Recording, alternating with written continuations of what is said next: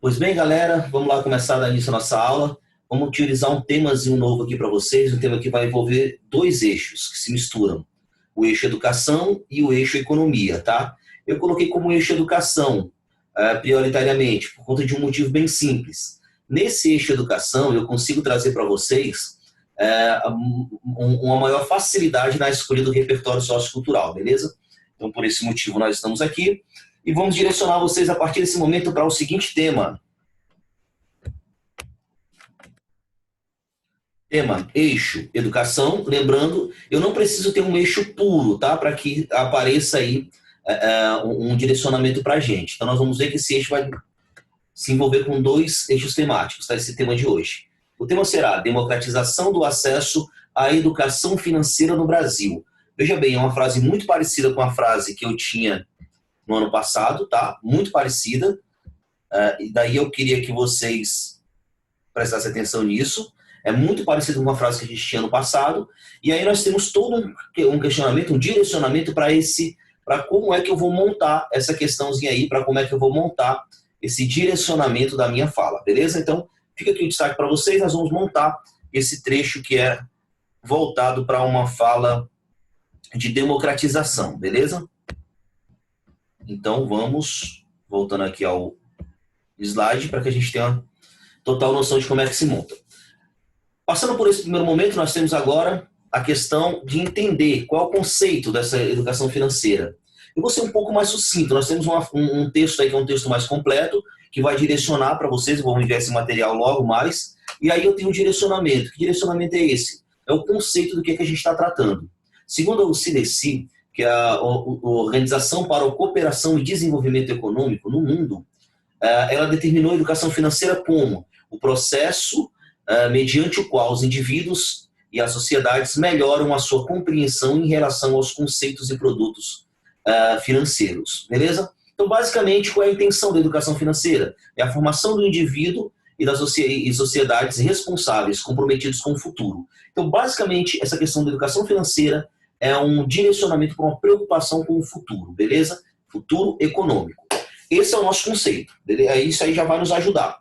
Agora vamos para o recorte temático. Quais são as palavras que vão determinar a abordagem completa desse tema? Aí eu tenho aí, ó, sinônimos e recortes temáticos. Recorte temático, palavra tema. Nossa palavra tema é educação financeira, tá? Então essa é a palavra que vai determinar a nossa temática. Logo depois eu tenho acesso, que é o que vai especificar o problema, e a palavra democratização, que é justamente o problema que eu vou encontrar aí, certo? Então eu tenho aí a questão da democratização. A democratização vai indicar o problema e eu tenho, dentro dessa concepção, um direcionamento que envolve todo esse processo, que é um processo de acesso a essa educação financeira, ok? Então vamos lá. Dando continuidade, eu vou precisar repetir essas palavras. Como eu preciso repetir essas palavras, é interessante que eu tenha sinônimos. Então sempre vou trazer para vocês uma série de sinônimos. Sinônimos aqui para democratização, eu posso colocar aí popularizar, coletivizar, socializar. Sinônimos para acesso, o que eu posso colocar? Olha aí, admissão, introdução, ingresso.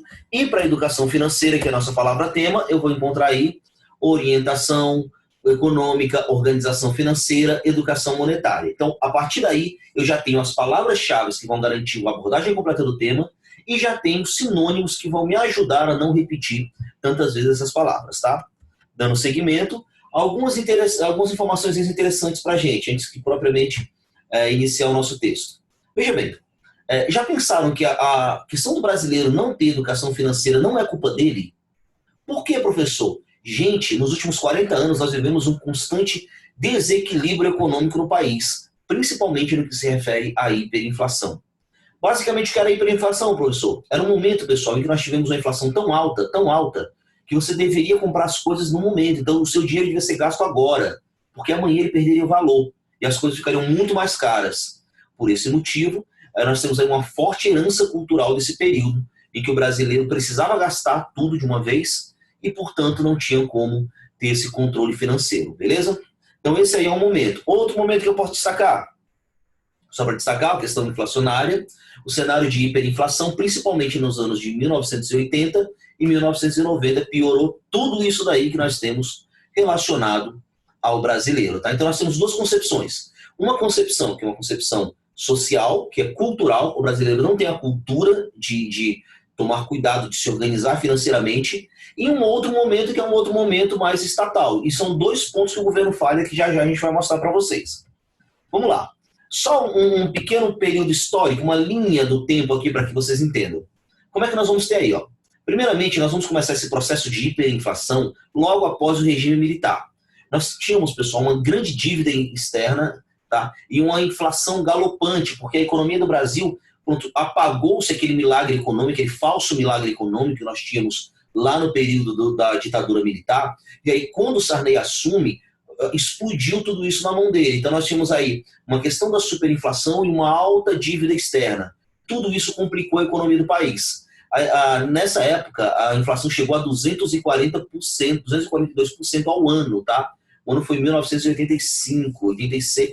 86, então, houve um anúncio de um projeto, de um plano econômico chamado Plano Cruzado, que congelou os preços. O que foi que aconteceu?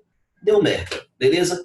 Foi um grande problema que nós tivemos também dentro dessa concepção. Então, de novo, nós tivemos um problema de superinflação no Brasil e aí nós não conseguimos mais controlar durante um período. Esse período foi ter outro processo bem aqui em 1989, certo? Em 89 a inflação chegou, pessoal, a 2.000% ao ano. 2.000%. Para você ter uma pequena comparação, o último ano o Brasil fechou com a inflação de 4,5%. A previsão para esse ano, aliás, 4,5%. Imagina só, e a gente já percebe o aumento de preços dentro desse contexto de 4%, 5% ao ano. Imagine só 2.000%. Então era loucura. Você ia no dia no supermercado, se você fosse no outro dia, as coisas estavam muito mais caras. Então isso fez com que as pessoas gastassem mais dinheiro e fortalecesse essa cultura da sociedade e do país em não economizar. Tá? Outra coisa que bagunçou a vida do brasileiro com relação a essa organização foi a questão de, em 1990, assumiu o Fernando Collor de Mello, o primeiro presidente democraticamente eleito da ditadura militar, certo? E em seguida nós tivemos uma questão que era o confisco, o sequestro das imagens, das poupanças. Então sequestraram as poupanças, pessoal, do nosso Brasil. Então, assim, nesse primeiro momento, a ministra da Economia, ela simplesmente sequestrou todas as poupanças, e aí imagina só, você passou a vida se preocupando em guardar um dinheiro, passou a vida aceitando guardar, passando a vida preocupado em guardar dinheiro, preocupando com o futuro, com a organização, e aí o que acontece? Nesse momento, nós tivemos aí um problema relacionado à questão desse sequestro. Então, as pessoas perderam tudo. Isso aí foi outra coisa que fez com que todo mundo desconfiasse do governo. Tanto é que muita gente deixou de colocar dinheiro no banco por um bom tempo com medo desse confisco. Tá? Então, isso também fortaleceu essa cultura do não poupar do brasileiro. O Plano Collor não deu certo também. Nesse mesmo ano, a inflação fechou em 1.600%. Tá? A situação só foi normalizada a partir do Plano Real, tá? Colocado em prática em 1994, durante o governo do Itamar Franco ainda, tá? Que tinha como ministro da Justiça Fernando Henrique, da Economia, Fernando Henrique Cardoso, tá? Então ele foi o cabeça aí, o cara que elaborou esse Plano Real, e só a partir desse momento nós tivemos mais um controle da questão. Não, eu não estou ouvindo, e nem estou... que ouve, galera?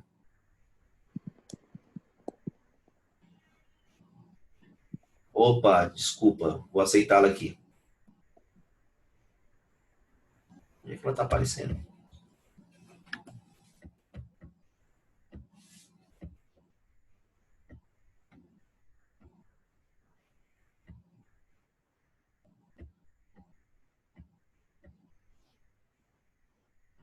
Aí tem duas pessoas. Foi mal, galera, porque não estou vendo mesmo.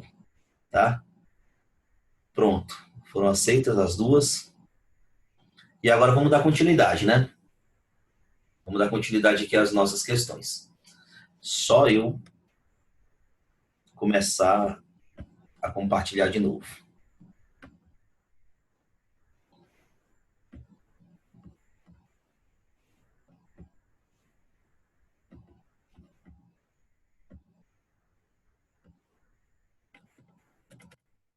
Então tá aí, só a partir do plano real nós tivemos agora um cuidado maior com a questão do Brasil, beleza? Então nós tivemos todo esse direcionamento. Dando prosseguimento, pessoal, à nossa questão, vai o direcionamento mesmo para o texto em si, que é a parte da introdução, tá? Do desenvolvimento e da conclusão.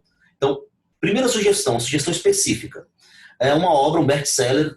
Muita gente dizem que isso é a Bíblia do empreendedorismo. Tem um cidadãozinho que escreveu um livro que ele é um dos maiores best-sellers que nós temos nessa área de economia, tá? O que nós podemos aparecer aí, professor? Tem um livro. No livro Pai Rico, Pai Pobre, Robert Kiyosaki, ele mostra, pessoal, ele mostra como viver,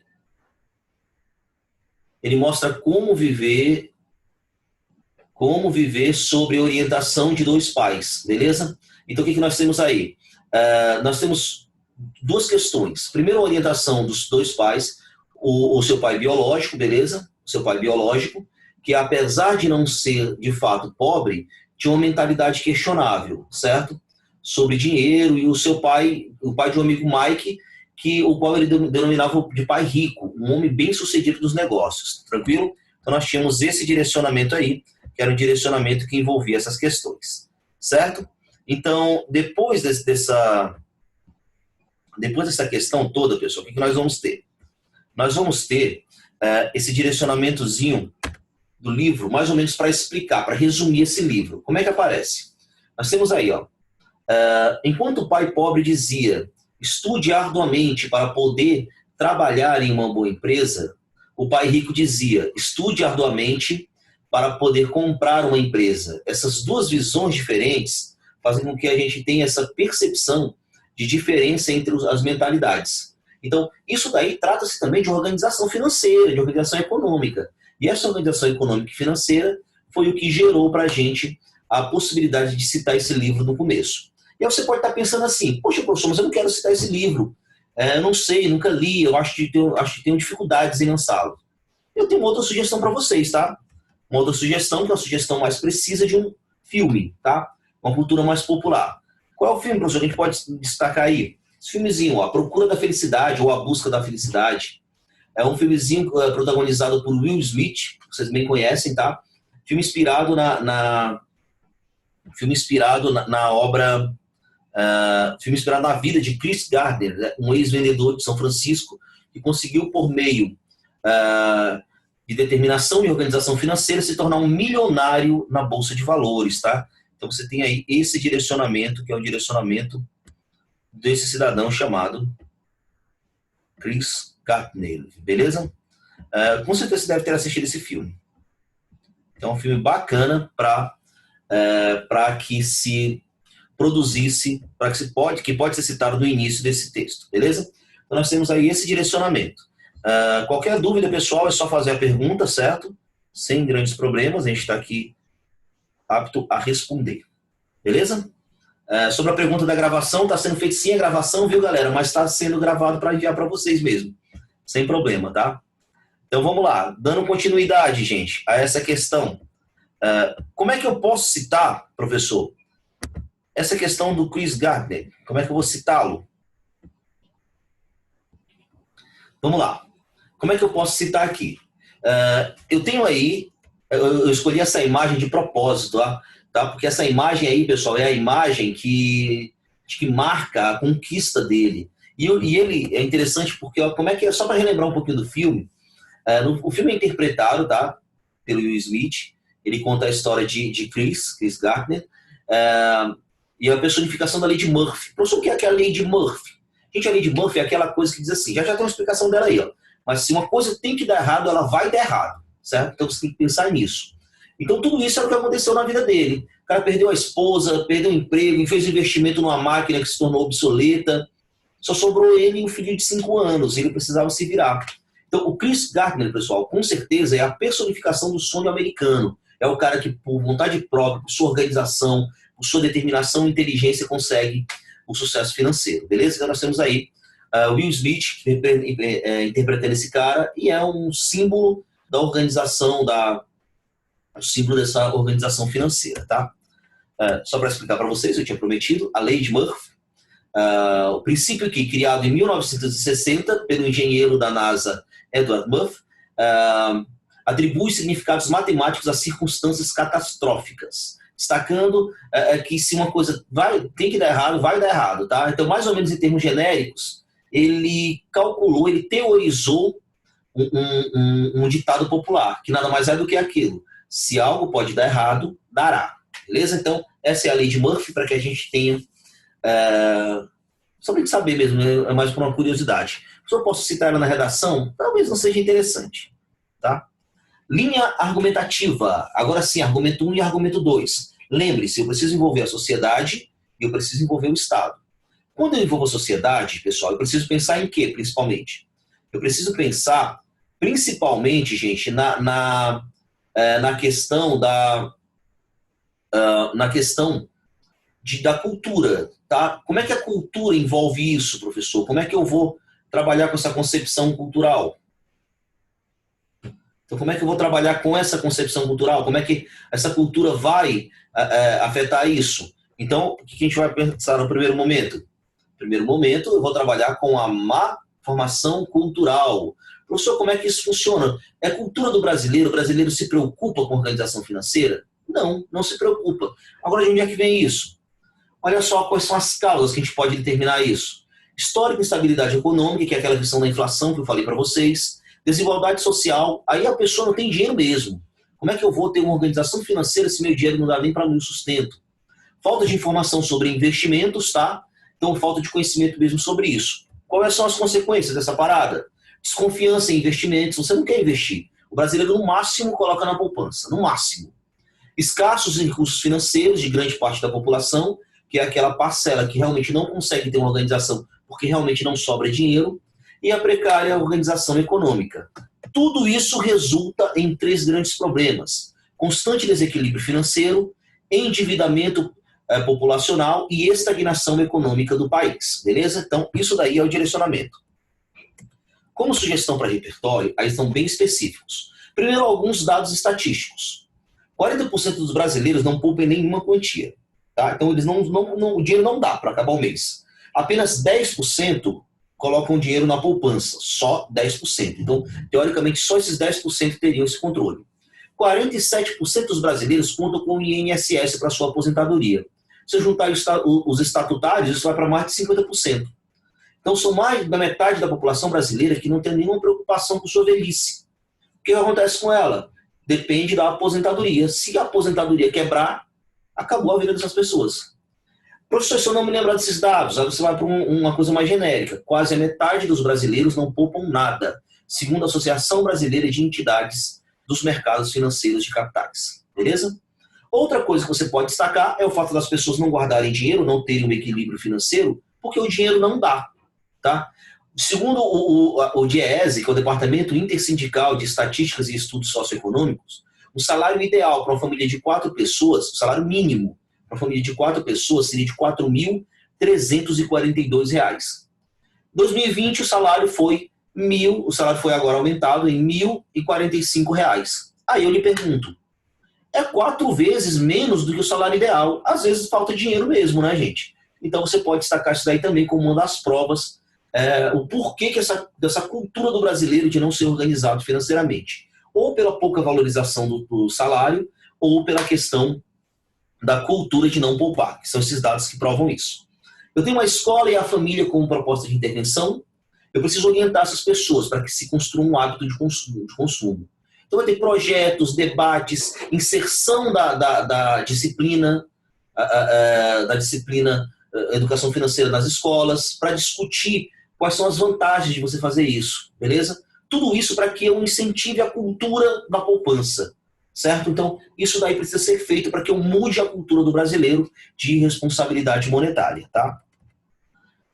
Argumento 2, insuficiência do Estado, lógico. Agora, quais são as falhas do Estado? Primeiro, na escola não se ensina isso. Se eu não aprendo na escola, dificilmente eu vou construir uma cultura para que eu consiga determinar essa questãozinha que é a segurança financeira. Outra coisa, o sistema econômico é instável. Então, o que acontece? Existe um sistema econômico que não me permite calcular, senão o Brasil inteiro vive numa instabilidade, como é que eu vou ser estável? Tá? Então nós temos esse outro problema. E a outra coisa é a pouca valorização do trabalhador. O salário é baixo, gente. O brasileiro ganha pouco, a desigualdade social é muito grande. Tudo isso é culpa do governo. E tudo isso daí provoca essa dificuldade nessa cultura do estabelecimento da organização financeira. E para ter o desfecho disso, a precariedade do Estado dificulta o desenvolvimento de um equilíbrio financeiro da população. Sugestão de repertório. Onde é que eu poderia aprender isso? Na escola. Portanto, lança-se aí a LDB. A LDB, a gente determina que a educação, dever da família e do Estado, inspirada nos princípios de liberdade, nos ideais de solidariedade humana, tem por finalidade o pleno desenvolvimento do educando, seu preparo para a cidadania e a qualificação para o trabalho. Então eu tenho 2 pontos aí. Ó. Eu preciso preparar o cidadão para a vida, que é cidadania, e para o trabalho. Quando eu não tenho sugestões financeiras, quando eu não tenho esse direcionamento da educação financeira, o que acontece? Eu não estou cumprindo o papel educacional. Tá? Então isso eu comprometo a cidadania, comprometo a qualificação do trabalho. Então rompe-se a lei de diretrizes e bases. Tem uma outra lei específica também. Essa lei é um projeto de lei de 2016, tá? Que determina a alteração da LDB.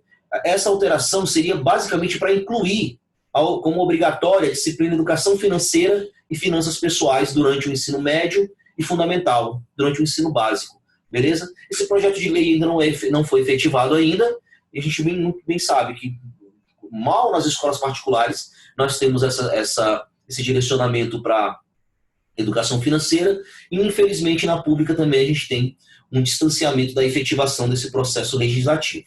Tranquilo? Para que isso mude, qual é a sugestão?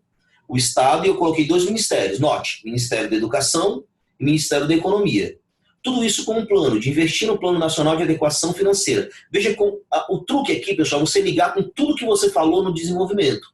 Então, principalmente no desenvolvimento 2. Investir no Plano Nacional de Adequação Financeira, através da inserção da disciplina, tá? Além da questão do incentivo a investimentos monetários, para que se valorize o trabalhador do país.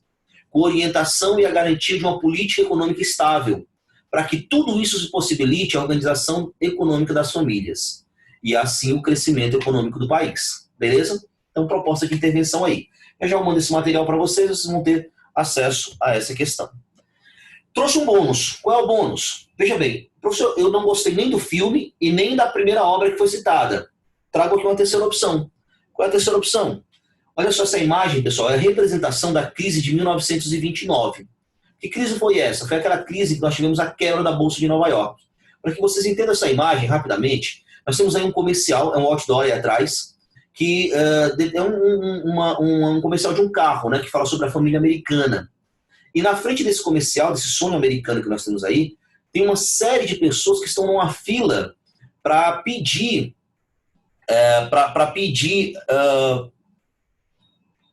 para se alimentar. São pessoas que estão passando fome, tá? Então tudo isso aí motivados por conta dessa crise de 1929. Beleza? Então tá aí a crisezinha para vocês, para destacar. Tá escrito, a crise de 29, também conhecida como a Grande Depressão, foi a maior crise do capitalismo financeiro. Suas principais causas estão ligadas à falta de regulamentação da economia e à oferta de crédito barato. Atrelado a isso, a população industrial, a produção industrial seguia em ritmo acelerado, porém sem a capacidade do consumo da população. Todo mundo começou a comprar de formas absurdas, ficaram endividados, até o ponto de não conseguir mais. Como a indústria continuou produzindo, houve a quebra da bolsa, beleza? Então nós tivemos aí uma tragédia econômica motivada pelo descontrole da organização financeira e a falta de educação financeira. Então você pode iniciar o texto com esse trechozinho aí. Se você ficou com dificuldades de fazer o segundo parágrafo, do jeito que eu falei, você pode fazer de uma maneira mais ampla, citando a indústria cultural. O que é a indústria cultural? É um produto que tem 2 intenções. Primeiro, vender para você o próprio produto da indústria, tá? E a outra intenção é te convencer que você precisa comprar muito.